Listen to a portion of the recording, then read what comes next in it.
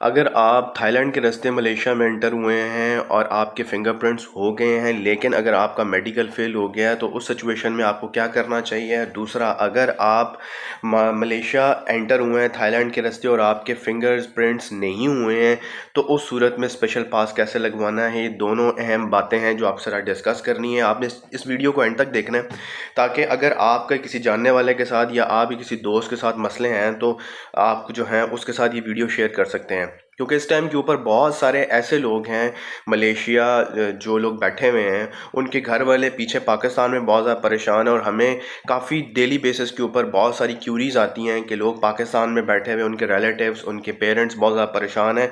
वो चले गए एजेंट के कहने के ऊपर और उनके जो है वो वीज़ा एक्सपायर हो गए हैं और वो इलीगल हो गए हैं।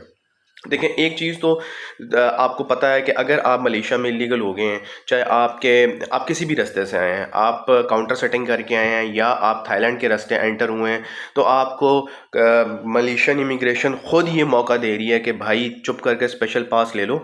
और स्पेशल पास के लिए भी उन्होंने ये कंडीशन भी आसान कर दी है कि अगर 90 डेज़ अगर आपका जो है वो हो गया है, तो अगर उससे ज़्यादा नहीं हुए हैं तो आपको कोई भी जो है ना अपॉइंटमेंट लेने की ज़रूरत नहीं है। आपको सीधा सीधा मलेशियन एयरपोर्ट के ऊपर जाना है, वहाँ पे स्पेशल पास के पैसे पे करने और चुप करके अपने मुल्क चले जाना है। लेकिन अगर आप जो हैं वो मलेशिया में एंटर हुए हैं तो आपका फिंगर भी हो गया और आप लीगल तरीके से आए हैं। अब उस सूरत में आपने जब मेडिकल करवाया है तो मेडिकल में आप जो हैं वो आपका मेडिकल जो है फिट नहीं आया, तो उस सूरत में आपको क्या करना है। देखें, आप किसी भी वीज़ा के ऊपर आए, पहली तो बात यह है कि आप कॉलिंग वीज़ा के ऊपर आए होंगे या आप स्टूडेंट वीज़ा के ऊपर आए होंगे और आपका मेडिकल जो है वो अनफिट आ रहा है, तो उसमें आपको जो मेडिकल टर्म्स में मलेशियन जो हॉस्पिटल्स हैं वो आपको कुछ टाइम देती हैं दोबारा टेस्ट कराने के लिए। अगर तो दोबारा टेस्ट आपका वो ख़राब आता है तो फिर आपको मलेशिया से वापस जाना पड़ेगा। अब अगर आपका मेडिकल ठीक है या कुछ ऐसे सीरियस सर्कमस्टांसेस या सिम्टम्स नहीं है, फिर तो शायद वो अलाउ आपको कर दें। लेकिन कुछ टर्म्स ऐसी हैं जो आने वाले दिनों में मैं कोशिश करूँगा कि वो मैं पूरी एक लिस्ट शेयर कर दूंगा कि यार अगर आपको ये सिम्टम्स हैं तो फिर आपका मेडिकल अनफिट होने के चांसेस ज़्यादा हैं। क्योंकि अगर सिम्टम्स थोड़े से देखें, अगर आपको एड्स है, अगर आपको खुदा ना खास्ता हेपेटाइटिस है, अगर आप जो हैं वो मतलब शुगर और ब्लड प्रेशर के लोगों को मतलब वो एडजस्ट हो जाते हैं मलेशिया में। लेकिन अगर अब जब काम करना है आपने तो वो कोशिश करते हैं बंदा 100% मेडिकल फिट हो, उसे कोई हार्ट का प्रॉब्लम ना हो, उसे कोई शुगर का प्रॉब्लम ना हो, उसको कोई जो है वो कोई कोई और ऐसा मसला ना हो कि काम करते हुए उसकी डेथ होने के चांसेस ज़्यादा हों।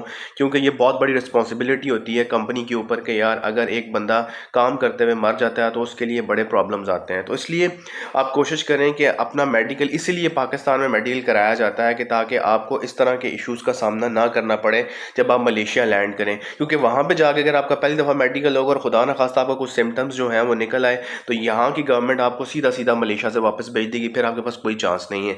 तो अगर कोई मसला मसाइल होता ही है तो वो आपके अपने होम कंट्री में ही पता चल जाता है, तो लोग वहीं पे आपको सेटल कर लेते हैं चीज़ों को ताकि आपको आगे जाके परेशानी ना हो। अगर तो आप कॉलिंग वीज़ा के ऊपर हैं तो आप 100% फिट हैं, आपको कोई शुगर का मसला नहीं है, आपको कोई ब्लड प्रेशर का मसला नहीं है, आपको अगर हार्ट का प्रॉब्लम नहीं है, तो आप जो हैं वो आसानी के साथ एडजस्ट हो सकते हैं। फिर तो आपको प्रॉब्लम, क्यों काम करते हुए अगर हार्ट का मसला है तो आप काम नहीं कर सकेंगे, तो आपको फिर हॉस्पिटलाइज होना पड़ता है। फिर वो इस सारे जो हेल्थ इंश्योरेंस में ज़्यादातर लोग जो हैं वो नहीं पढ़ते हैं। तो इसलिए आपने कोशिश करनी है कि आपने जो है आपने मेडिकली बिल्कुल फिट होना है। आप इसीलिए पाकिस्तान में आपको मेडिकल कराया जाता है ताकि आपको मलेशिया आके प्रॉब्लम्स फेस ना करने पड़े।